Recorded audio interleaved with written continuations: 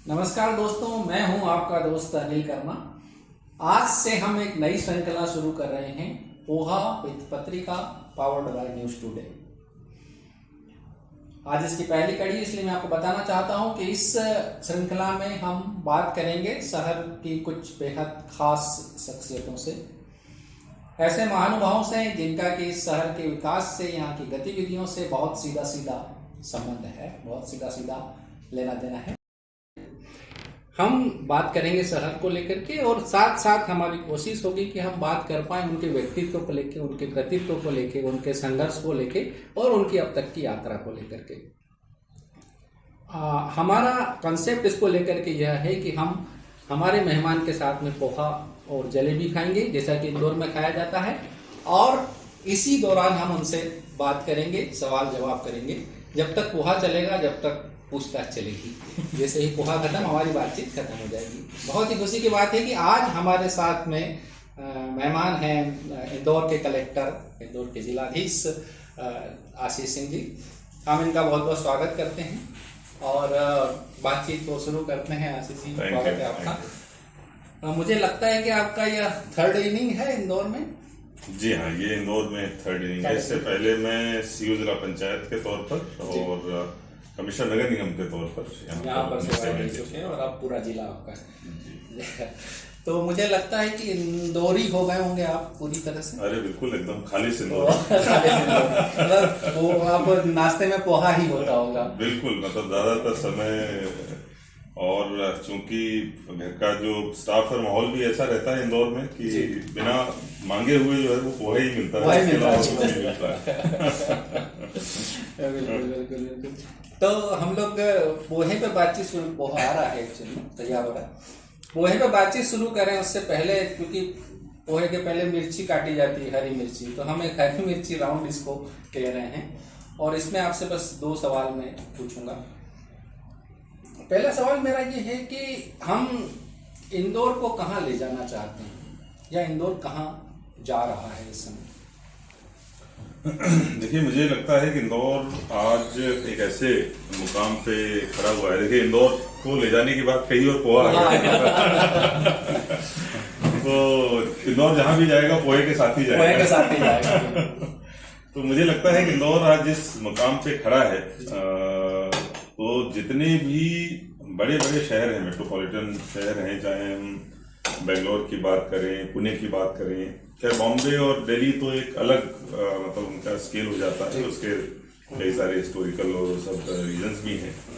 लेकिन अगर हम लोग तुलना करें पुणे, बेंगलोर जैसे शहरों से, जो आज के भारत के ग्रोथ इंजन बने हुए हैं, चाहे हम लोग आईटी की बात करें, सॉफ्टवेयर की बात करें, या इस तरीके की जो नई तकनीकें उनकी बात करें, तो उनको एक तरीके से उनका जो सेंटर बने हुए हैं, तो इंदौर आज उस मुकाम पे पहुंच चुका है कि अगर हम लोग अभी अच्छी तरीके से प्लानिंग करके एक लॉन्ग टर्म का पर्सपेक्टिव लेके चलते हैं, तो इस शहरों को अगले 8-10 सालों के अंदर आराम से, अगर पीछे नहीं तो कम से कम इन शहरों की बराबरी में हम लोग पहुंच सकते हैं।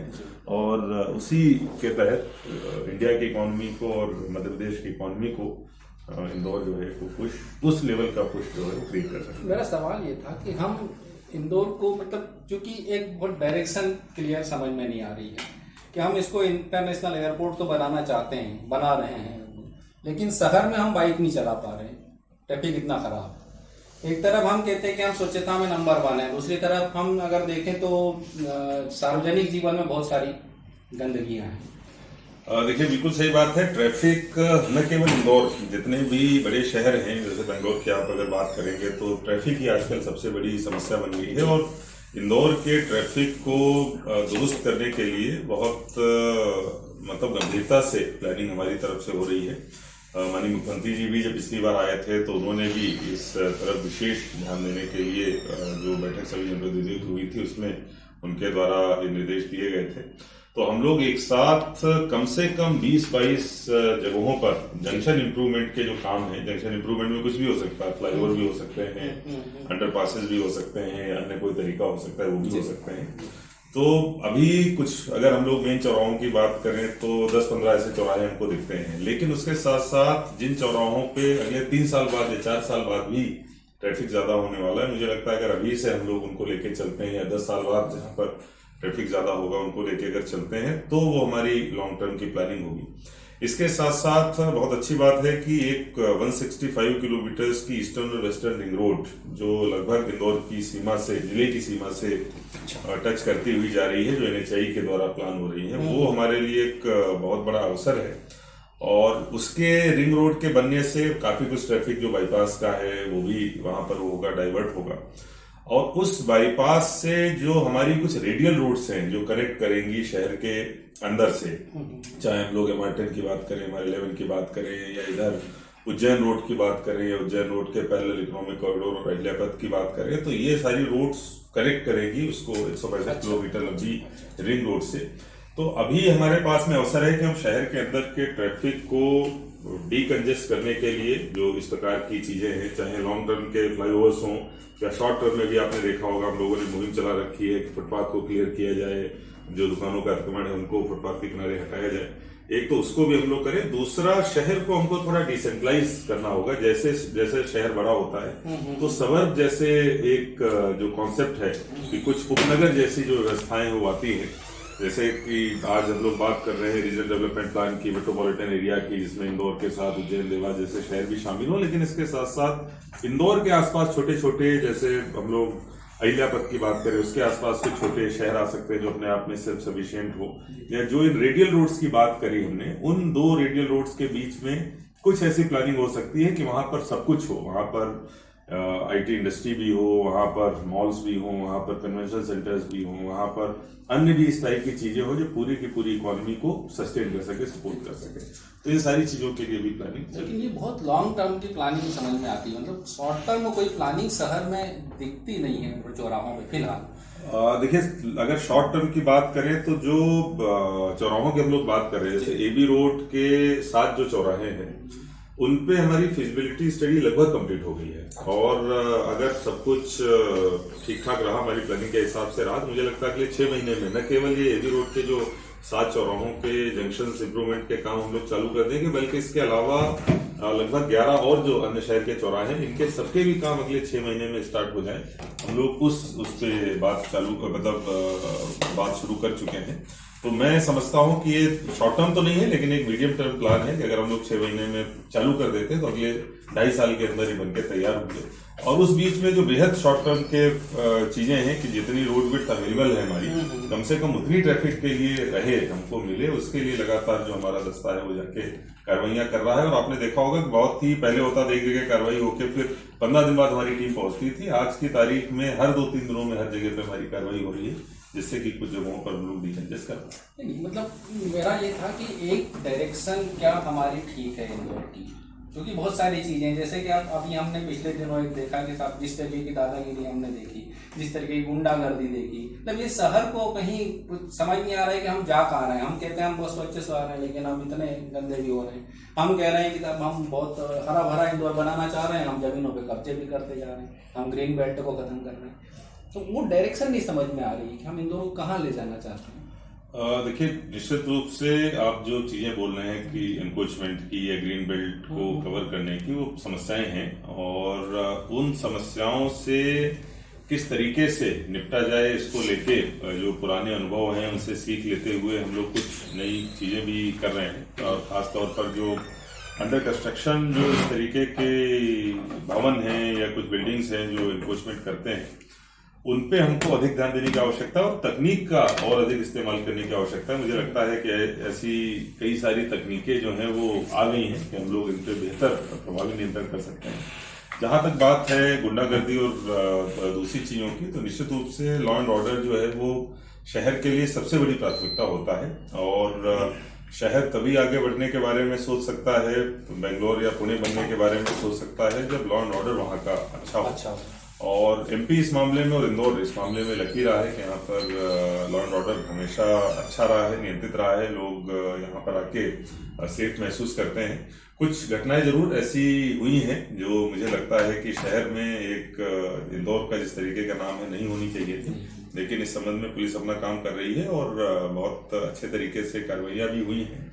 हो सकता है कुछ त्रुटियां रही हों, लेकिन अभी वर्तमान की स्थिति में बहुत अच्छी कार्रवाइयां हुई हैं और आगे इस प्रकार की घटनाएं ना हो, ऐसा हमको एग्जाम्पल भी सेट करने की जरूरत है। और जैसे अगर आपने देखा होगा कि कम्युनिटी सीसीटीवी पॉलिसी, मुझे लगता है कि इंदौर पहला शहर है पूरे देश में जो लेके आया है कि बिना किसी सरकारी खर्चे के हम लोग 50-60 हजार जो सीसीटीवी कैमरे हैं जिनको लगाने की प्लानिंग कर रहे हैं, और वो पूरा एक सेंट्रलाइज कंट्रोल ढंग से चलेगा। तो अगर इस प्रकार की व्यवस्था आती है तो निश्चित रूप से लॉ एंड ऑर्डर को मेंटेन करने में, क्राइम को कम करने में एक बहुत बड़ा जम इसके माध्यम से प्राप्त है। एक छोटा सा सवाल, फिर हम लोग पोहा खाना शुरू करेंगे जी। हम इंदौर में बैठे हैं जहाँ पे कि प्रभारी मंत्री यहाँ के सीएम खुद हैं, दो कद्दावर कैबिनेट मंत्री हैं यहाँ से, विधायकों के आपस में बनती नहीं है। ऐसे में कितना पॉलिटिकल प्रेशर आपके ऊपर रहता है? देखिए, पॉलिटिकल प्रेशर जैसी कोई भी बात नहीं है, और मैं हमेशा ही मानता हूं कि जो अधिकारी हैं और जो जनप्रतिनिधि हैं वो विकास का एक जो सिक्का होता है उसके दो पहलू हैं, और सभी की जो लक्ष्य है, चाहे वो जनप्रतिनिधि हो या अधिकारी हो, सेम है। हमारा जनता का कल्याण करना, जो प्रोजेक्ट बनते हैं उनका जल्दी से इम्प्लीमेंटेशन करना, ये दोनों लोगों का उद्देश्य होता है। जिस समय कोई पॉलिसी आ रही है, जिस समय कोई डिसीजन लिया जा रहा है, अगर मुझे लगता है कि जनप्रतिनिधियों को हम लोग कॉन्फिडेंस में लें और सकारात्मक ढंग से बातचीत करें तो टकराव जैसी कोई बात नहीं होती है।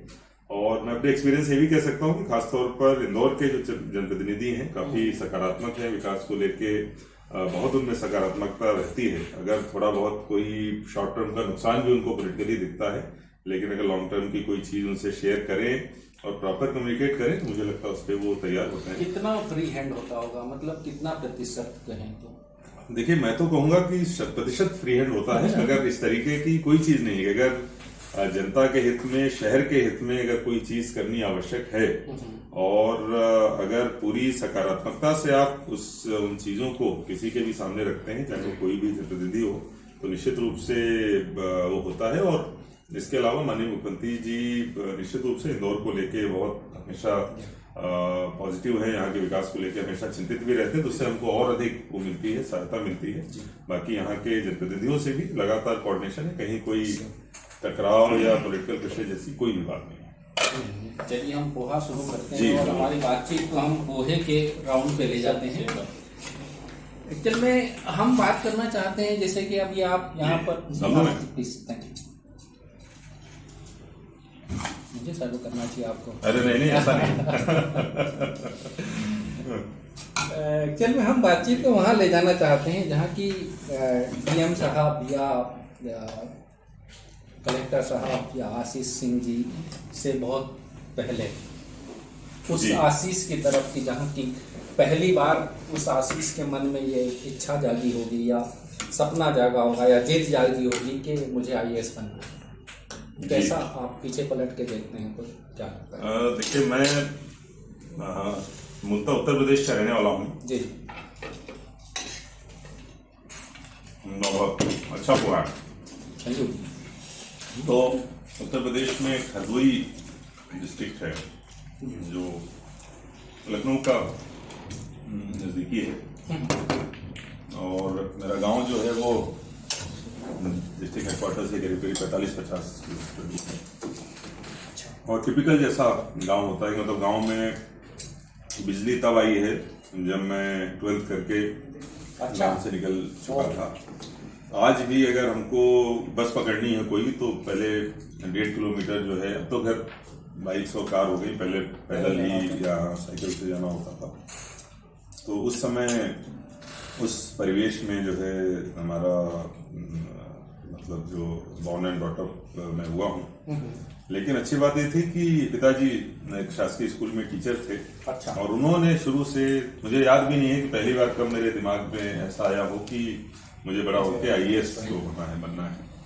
और आईएएस का मतलब उनके लिए जो है वो डीएम होता था, उनको भी नहीं पता था कि आईएएस क्या होता है। उनको ये पता था कि डीएम होता है कुछ, तो यही बोलते थे कि बड़ा होकर तुमको डीएम बनना है। अच्छा। तो ये चीज कहीं न कहीं मेरे दिमाग में घर कर गई, और किस समय किस एज में करी है अभी मुझे एक नहीं याद है।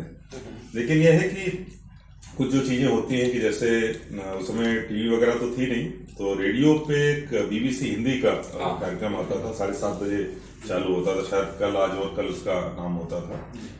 तो वो मेरी शुरुआत से ही सुनने में रुचि रही है। जब मैं बहुत ही छोटा था, मुझे लगता है कि मैं मुश्किल से 5th या 6th क्लास में पढ़ता होऊंगा, मैं तब से उसको सुनता था। और उसमें खासतौर पर इंटरनेशनल जो खबरें हैं उनको ज़्यादा वो मिलती थी, तवज्जो मिलती थी। एक अपना पश्चिमी मीडिया का अलग एक लेंस होता है जिससे चीज़ों को देखा जाता था, लेकिन फिर भी एक मतलब विश्व को देखने का और विश्व के जो घटनाक्रम है और प्लस भारत की जो चीजें हैं उनको देखने का एक नजरिया और वो सब डेवलप और इंटरेस्ट एक जगह। अखबार जो है वो मुझे याद है कि संडे को आता था, हर दिन अखबार नहीं आता था, संडे को अखबार आता था। और संडे को जो अखबार आता था वो फिर पूरा 7 दिन पढ़ा जाता था कि उस दिन जितना पढ़ पाते थे वो पढ़ के और बाकी 7 दिन उसको पढ़ते थे। और बाकी जैसा बचपन सभी का होता है कि खेलते कूदते हुए, और स्कूल में ये है कि स्कूल में चूंकि हमेशा पढ़ाई में मैं नंबर 1 आता था, तो इसलिए वो मोटिवेशन पढ़ाई को लेके हमेशा से रहा है। और प्लस जो घर का माहौल है वो भी पढ़ाई को लेके, मतलब हमारे गांव में अधिकांश लोग इसलिए पढ़ते थे कि केवल एक स्कूल जाके बस 12वीं पास हो गए हों, केवल इतना दिखा सकें, बाकी सबको कहीं कहीं खेती में दूसरी चीज़ों में लगना पड़ता था। एग्रीकल्चर बेस्ड ही पूरा गाँव था। लेकिन हमारे घर पे शुरू से इस तरीके का माहौल माँ बाप ने रखा था कि बड़े बड़े होके कुछ न कुछ बनना है। और जैसा पिताजी हमेशा कहते थे कि डीएम बनना है, तो उसका फायदा मिला। और जो भी उपलब्ध संसाधन थे और जो स्कूल की जिस तरीके का स्तर था उसमें मुझे लगता है कि हमने बेस्ट करने का प्रयास किया और उसके बाद फिर आगे बढ़े। अच्छा, इसकी तीव्रता कितनी थी? मतलब ये मैंने 3 शब्द आपसे कहे कि ये आपकी केवल इच्छा थी, सपना था या जिद थी? देखिए, सपना तो पेरेंट्स का था, क्योंकि समय बचपन में क्या होता वो समझ में आता नहीं। तो निश्चित रूप से सपना सबसे पहले उन्होंने देखा, जिसको फिर मैंने जो एक तरीके से उनसे वो लिया, उधार लिया। लेकिन जैसे जैसे बड़े होते गए तो एक ये जरूर मन में था कि खुद को प्रूव करना है। और शुरू से क्योंकि जो भी क्लास रही हो, स्कूल रहा हो, उसमें हमेशा फर्स्ट आते थे, तो ये वो आदत में आ गया था कि जो भी चीज करनी है उसमें हमको फर्स्ट रहना है, सफल रहना है। तो असफलता जैसी कोई चीज या फिर सेकंड रहने जैसी कोई चीज, इस तरीके का कोई कॉन्सेप्ट था ही नहीं कि जो चीज है वो हमेशा उसमें वो करना है, एक्सेल करना है। और निश्चित रूप से उसके लिए हार्डवर्क की जरूरत होती है, मेहनत की जरूरत होती है। आज भी ऐसे जो मैंने व्हाट्सएप का अपना जो स्टेटस मैसेज है, जो खुलकर का जो वो होता था, एम्ब्लेम होता था, उसमें जो सूत्र वाक्य है, वो सूत्र वाक्य होता था प्रोहोमे सुलभ्य श्री कर्तु प्रारब्धा, कि जो हार्डवर्क से ही जो है आप प्रसिद्धि और ग्लोरी को प्राप्त कर सकते हो। तो शुरू से इस लाइन पे ही मैं चला हूँ। तो मुझे लगता है कि इन सब चीजों के लिए जितनी मेहनत की आवश्यकता थी उसको मैंने करने में कभी कोई कोताही नहीं बरती, इसके कारण ये अचीव होता है। एक फिल्म देखी थी मैंने अभी, 12th फेल, जी, काफी बड़ा संघर्ष उसमें दिखाया है IPS करने का। तो आपका वैसा तो नहीं है, लेकिन हाँ काफी कुछ संघर्ष है आपके जीवन में भी। मुझे केवल इतना सा पूछना था कि उसमें एक बड़ा अच्छा लव एंगल था बाद में जो पनपता है, वैसा कुछ अपने जीवन में भी? बहुत सारी चीजें कैमरे के सामने तो नहीं बताई जा सकती लेकिन जैसा मैंने बताया कि जो सामान्य एक वो रहता है, जीवन रहता है, तो हमारा भी रहा।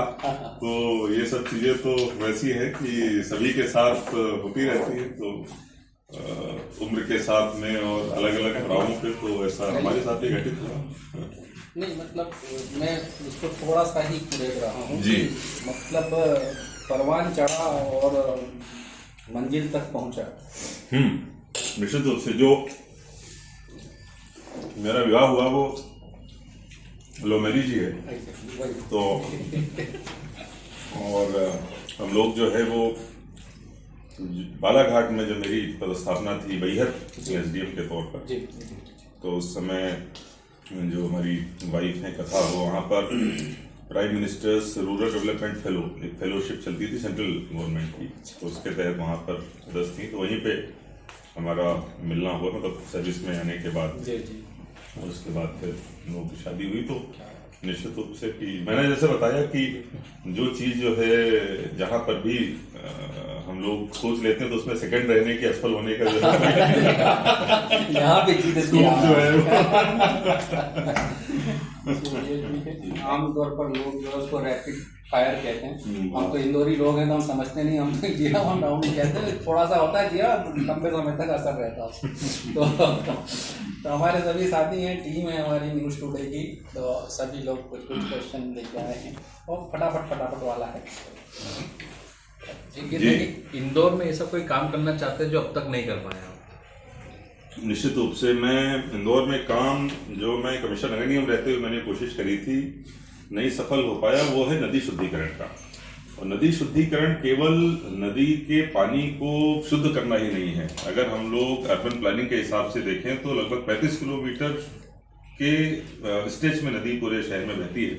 अगर हमने नदी को शुद्ध कर दिया, पूरे 35 किलोमीटर के दोनों तरफ का लैंड यूज जो है वो चेंज हो जाएगा, एक शहर का रूप ही जो है वो परिवर्तित हो जाएगा। तो मुझे लगता है कि ऐसा काम है कि जो करना चाहिए, जिसमें करने में हम अभी तक जो है नहीं कामयाब पूरी तरीके से हो पाए हैं, लेकिन वो मैंने रखा हुआ है अपने टारगेट में, उस पर जरूर हम लोग काम करेंगे।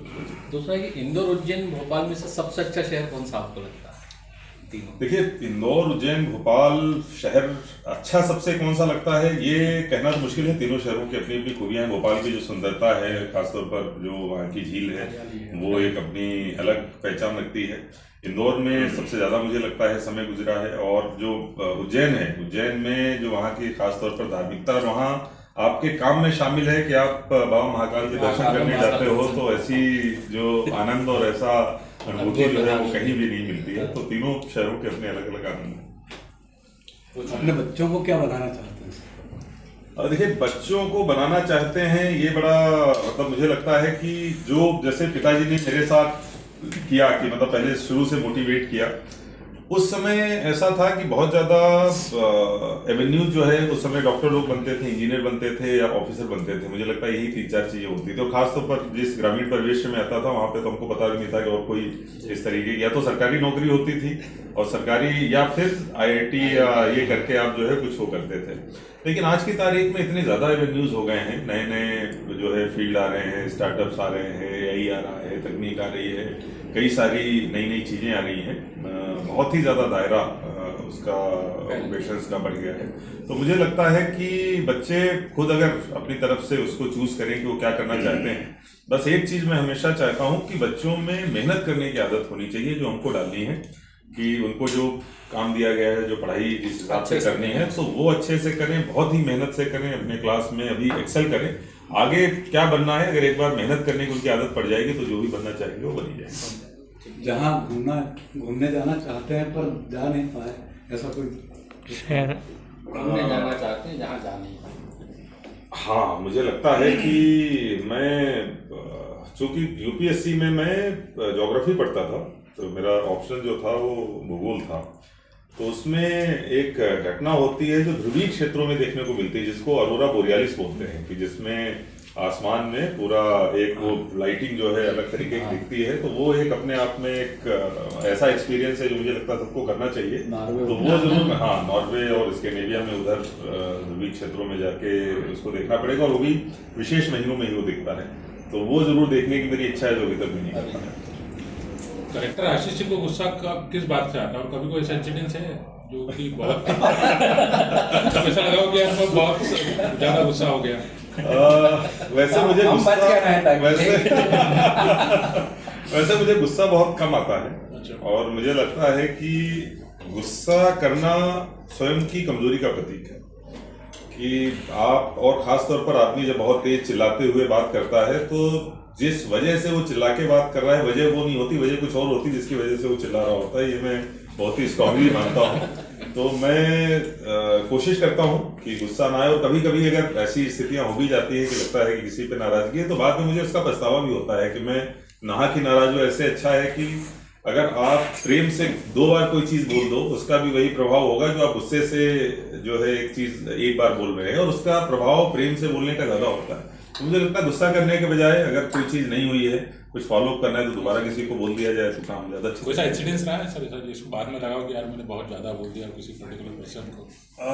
नहीं, मतलब इस हद तक तो कभी भी मैं नहीं गया कि इतना हुआ, लेकिन फिर भी जैसा मैंने बताया कि शासकीय काम करते हुए कई बार ऐसी चीजें होती हैं कि जो संबंधित अधिकारी हैं, संबंधित कर्मचारी, उन पे थोड़ा होता है यार अभी तक तुमने नहीं किया, ये तो कर लेना था, इसको ऐसे नहीं ऐसा करना चाहिए था।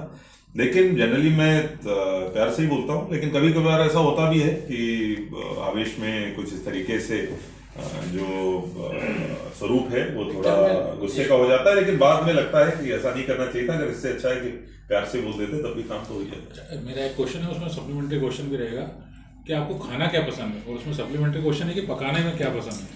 लेकिन पकाने में तो मैं आपको ही पका रहा हूँ। मतलब मुझे पकाने के अलावा किस खाने में क्या पसंद है? लेकिन पकाने में वैसे तो मुझे खिचड़ी बनानी आती है और ऑमलेट बनाना आता है, केवल 2 चीजें बनानी आती हैं। हालांकि मेरी वाइफ आज तक इस चीज का प्रूफ मांग रही है कि ये 2 चीजें भी तुमको बनानी आती है कि नहीं आती है, ये भी किसी तरीके से वो कर दो। तो कुकिंग से कभी कोई ऐसा विशेष नाता नहीं रहा, लेकिन अगर बनाने को हो तो रोटी, खिचड़ी और इस तरीके की चीजें वो कल पसंद क्या है, मतलब क्या खाने में मुझे एग्स सबसे ज्यादा पसंद है। मैं अंडे खाना जो है वो करता हूँ, पसंद करता हूँ निश्चित रूप से। बाकी जो सामने पोहा है, पोहा पसंद है।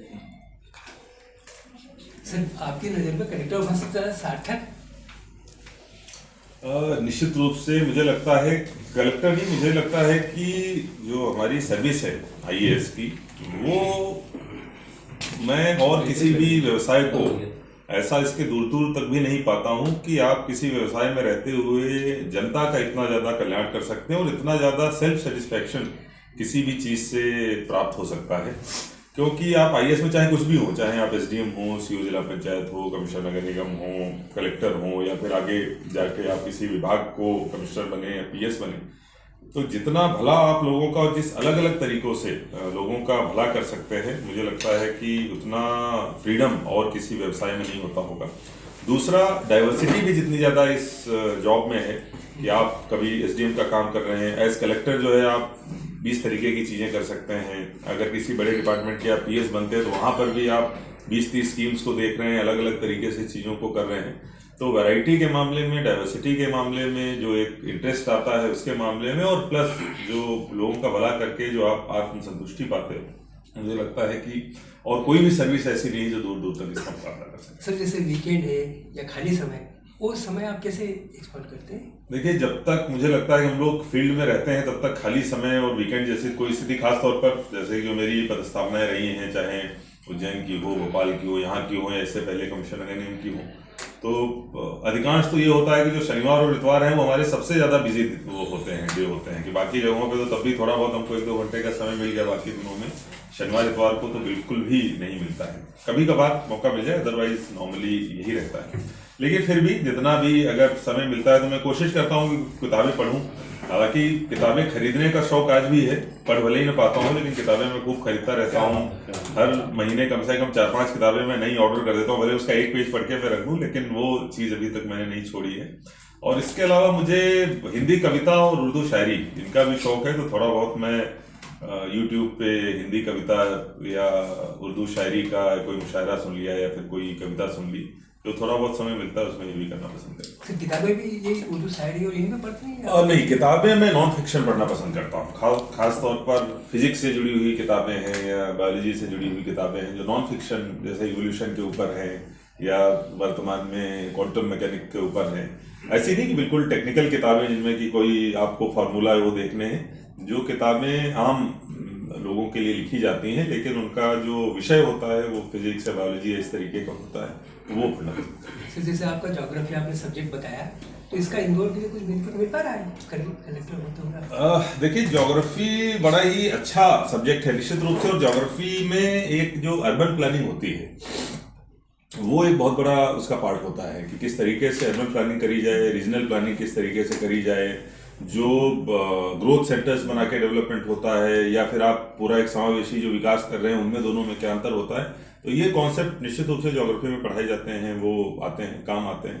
अभी मैं एक अर्बन प्लानिंग के ऊपर PhD भी कर रहा हूँ, तो उसमें भी कहीं ना कहीं उसकी वो मिलती है, ज्योग्राफी में पढ़ा है उसकी वजह से मदद मिलती है। सर नदी स्वच्छता वाला जो बताया सर, इससे जुड़ा हुआ है क्या?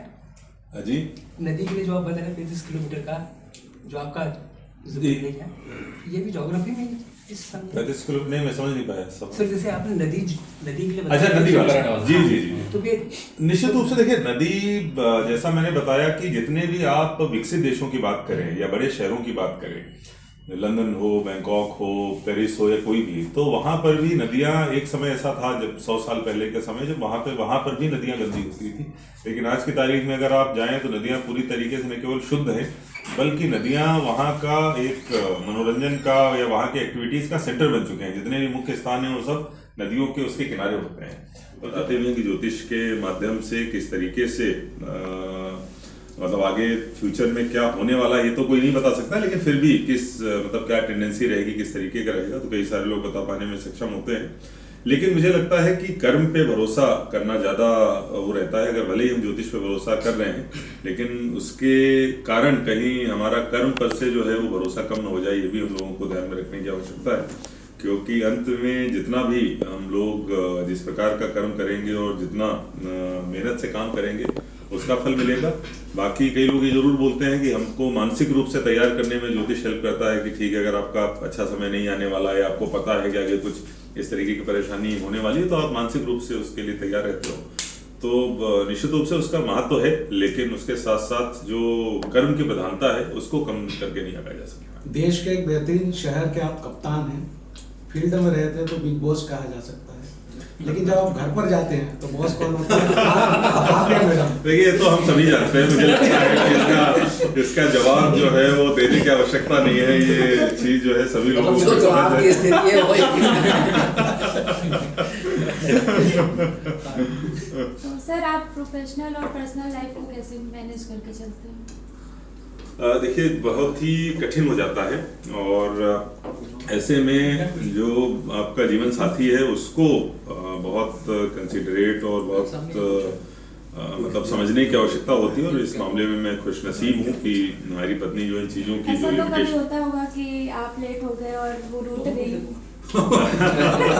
देखिए, मैं वही कह रहा हूँ कि इसमें जो जीवन साथी है उसकी अंडरस्टैंडिंग बहुत काम आती है। और इस मामले में खुशनसीब हूँ कि उनको पता है कि लिमिटेशंस हैं और जो समय घर पे दिया जा सकता है वो जितना दिया जाना चाहिए उतना नहीं हो पाता है।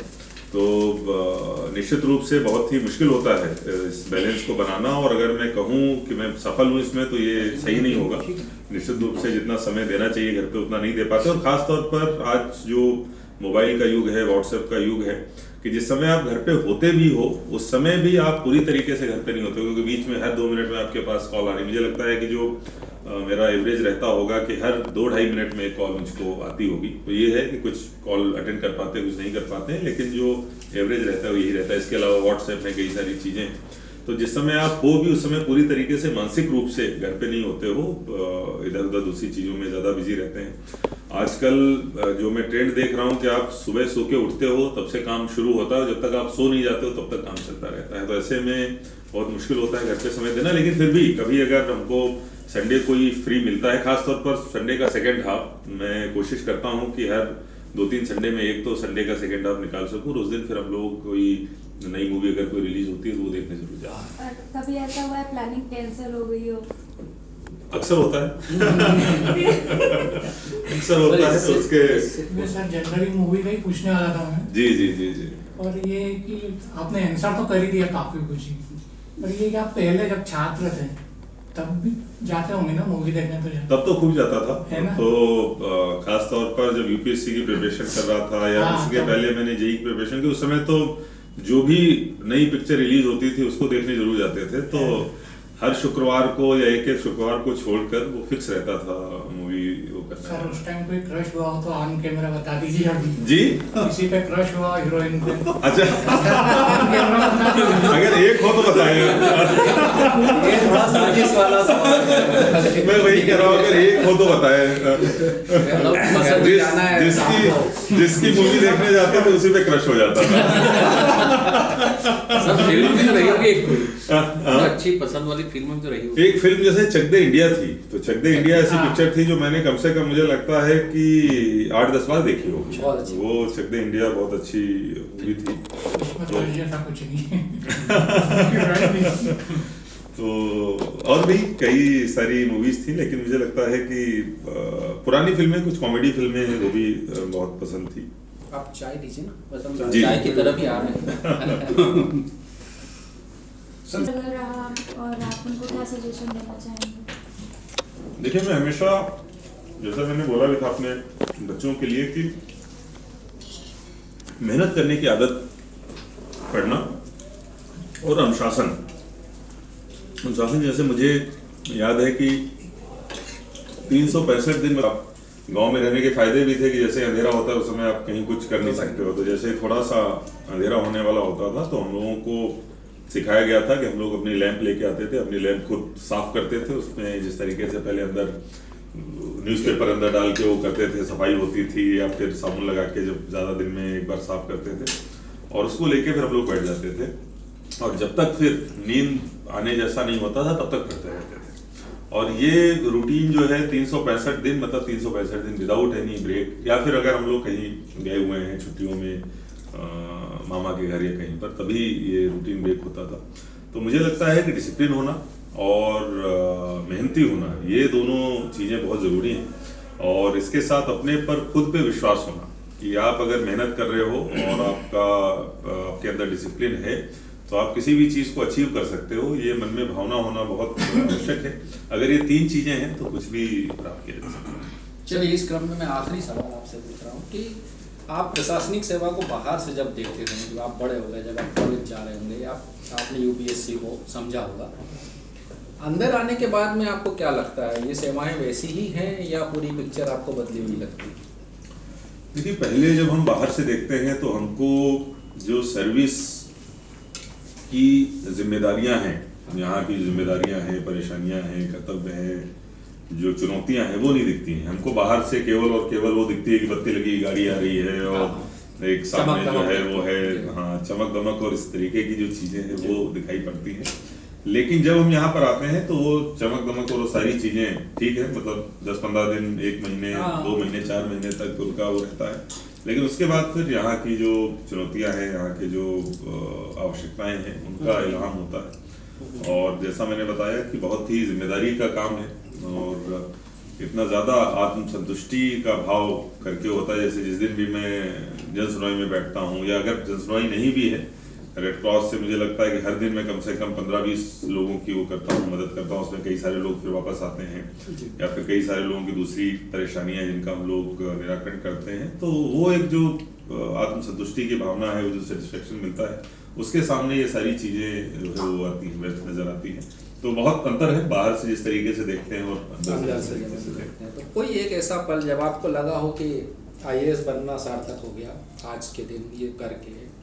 देखिए, 2-3 ऐसी चीजें हैं, जैसे कि जब मैं यहीं पर सीहोर जिला पंचायत था और उस समय खुले में शौच से मुक्ति का अभियान जो स्वच्छ भारत मिशन लॉन्च हुआ था, तो उस समय हम लोग गांव में जाया करते थे सुबह 2 बजे 3 बजे, क्योंकि जब खुले में शौच से मुक्ति का जो अभियान था उसका जो समय होता था, जिस समय लोग शौच के लिए जाया करते थे, उस समय हमारी टीम एक्टिव होती थी। और वो जो हम लोगों ने मूवमेंट शुरू किया था, उसमें जिस तरीके से जनता का हमको पार्टिसिपेशन मिला, खासतौर पर बच्चे जो है वो ड्रम लेके आ जाते थे और सीटी बजाने लगते थे वहां पर आके, तो जब वो दृश्य देखते तो लगता था कि हम कुछ ऐसा काम करें जिससे इतना फायदा देश का होने वाला, इतनी बीमारियों से बचाव होगा।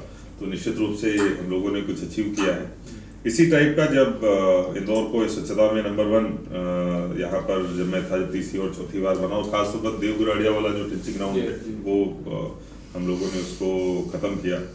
इसके साथ साथ फिर जब उज्जैन पहुंचे और उज्जैन में जो महाकाल लोक का पूरा जो वहाँ की परिकल्पना है और वहाँ का जो निर्माण है वो करने का और उसमें भागीदार होने का मौका मिला, वो मुझे लगता है कि अपने आप में, और स्मार्ट सिटी का इतना बेहतर और इतना सक्सेसफुल प्रोजेक्ट पूरे देश में कहीं नहीं होगा जो वो हुआ है, जिसकी वजह से न केवल उस शहर की बल्कि पूरे एरिया की इकोनॉमी जो है वो चेंज हुई। तो ये सब काम करके लगता है कि निश्चित रूप से IAS में आना जो है वो सफल रहा। लेकिन आगे और भी चुनौतियां हैं, और इंदौर में भी कुछ इस तरीके का, खासतौर पर जो भिक्षावृत्ति मुक्त इंदौर बनाने का जो अभियान है वो भी एक सेटिस्फेक्शन देने वाला है, और भी आगे चीजें ऐसी हैं जो प्लानिंग में है, जो लोग आगे करेंगे। अच्छा, इसी का दूसरा पक्ष देखें कि कभी किसी पर ये लगा हो कि गलत आ गए या कुछ और करते तो ज़्यादा बेहतर होता? मुझे तो एक भी ऐसा क्षण नहीं याद आता है कि इस तरीके की कोई भी भावना मन में आई हो। लगातार ही जो कुछ भी हमने करना चाहा, जो भी प्लानिंग करी, क्योंकि रिजल्ट्स मिलते गए, इसीलिए कभी भी इस तरीके की भावना प्राप्त नहीं है। चलिए, बहुत बहुत धन्यवाद आपका, इतना समय दिया। हमारी पूरी टीम ने जिस तरीके से सवाल किए उन सबका बहुत बहुत धन्यवाद, और आपका वाकई फिर से थैंक यू।